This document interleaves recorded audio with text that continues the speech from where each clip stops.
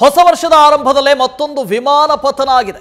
ಅಮೆರಿಕದ ಕ್ಯಾಲಿಫೋರ್ನಿಯಾದಲ್ಲಿ ಮಿನಿ ವಿಮಾನ ಪತನಗೊಂಡಿದೆ. Take off ಆದ ಬಳಿಕ ಮಿನಿ ವಿಮಾನದಲ್ಲಿ ತಾಂತ್ರಿಕ ದೋಷ ಕಾಣಿಸಿಕೊಳ್ತು. ಕಮರ್ಷಿಯಲ್ ಬಿಲ್ಡಿಂಗ್ಗೆ ಡಿಕ್ಕಿ ಹೊಡೆದಿದೆ. ಫ್ಲೈಟ್ ಧಗಧಗನೆ ಹೊತ್ತಿ ಉರಿದಿದೆ. ದುರಂತದಲ್ಲಿ ಇಬ್ಬರು ಸಾವನ್ನಪ್ಪಿದ್ದಾರೆ. 18 ಜನರಿಗೆ ಗಂಭೀರ ಗಾಯ ಆಗಿದೆ. ಆ ದೃಶ್ಯದಲ್ಲಿ ನೀವು ಗಮನಿಸ್ತಾ ಇದ್ದೀರಿ.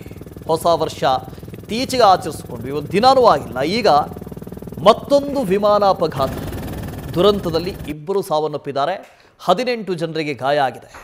ಅಮೆರಿಕದಲ್ಲಿ ನಡೆದಿರುವಂಥ ಘಟನೆ ಇದು.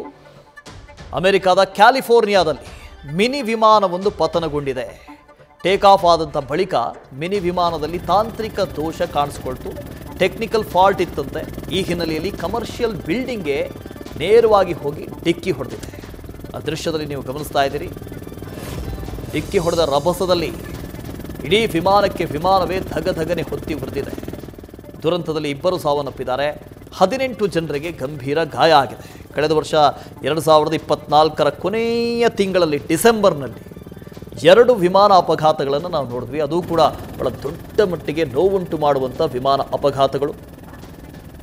ಅಜರ್ಬೈಜಾನ್ನಲ್ಲಿ ಒಂದು ವಿಮಾನ ಅಪಘಾತ ಆಗಿತ್ತು. 100 ಜನ ಸಾವನ್ನಪ್ಪಿದರು. ಅದಾದ ಬಳಿಕ ಹೊಸ ವರ್ಷದ ಆರಂಭದಲ್ಲೇ ಮತ್ತೊಂದು ವಿಮಾನ ಅಪಘಾತ. ಅಮೆರಿಕದ ಕ್ಯಾಲಿಫೋರ್ನಿಯಾದಲ್ಲಿ ನಡೆದಿರುವಂಥ ವಿಮಾನ ಅಪಘಾತ ಇದು. ಇಬ್ಬರು ಸಾವನ್ನಪ್ಪಿದ್ದಾರೆ. ದುರಂತದಲ್ಲಿ 18 ಜನರಿಗೆ ಗಾಯಗಳಾಗಿದೆ. ಆ ದೃಶ್ಯವನ್ನು ನೀವು ನೋಡ್ತಾ ಇದ್ದೀರಿ. ಕಮರ್ಷಿಯಲ್ ಬಿಲ್ಡಿಂಗ್ಗೆ ಹೋಗಿ ಅಪ್ಪಳಿಸಿದೆ ವಿಮಾನ. ಆದರೆ ಇದು ಪ್ಯಾಸೆಂಜರ್ ವಿಮಾನ, ಸಣ್ಣ ವಿಮಾನ ಆಗಿತ್ತು. ಹಾಗಾಗಿ ಹೆಚ್ಚಿನ ಸಂಖ್ಯೆಯಲ್ಲಿ ಇದರಲ್ಲಿ ಪ್ಯಾಸೆಂಜರ್ಸ್ ಇರಲಿಲ್ಲ. ಮಿನಿ ವಿಮಾನ ಪತನ ಆಗಿರುವಂಥ ಹಿನ್ನೆಲೆಯಲ್ಲಿ 18 ಜನರಿಗೆ ಗಾಯ ಆಗಿದೆ. ಇಬ್ಬರು ಸಾವನ್ನಪ್ಪಿದ್ದಾರೆ. ನ್ಯೂಸ್ ಫಸ್ಟ್, ನಿರ್ಭೀತಿಯಿಂದ ನಿಮ್ಮ ಪರವಾಗಿ.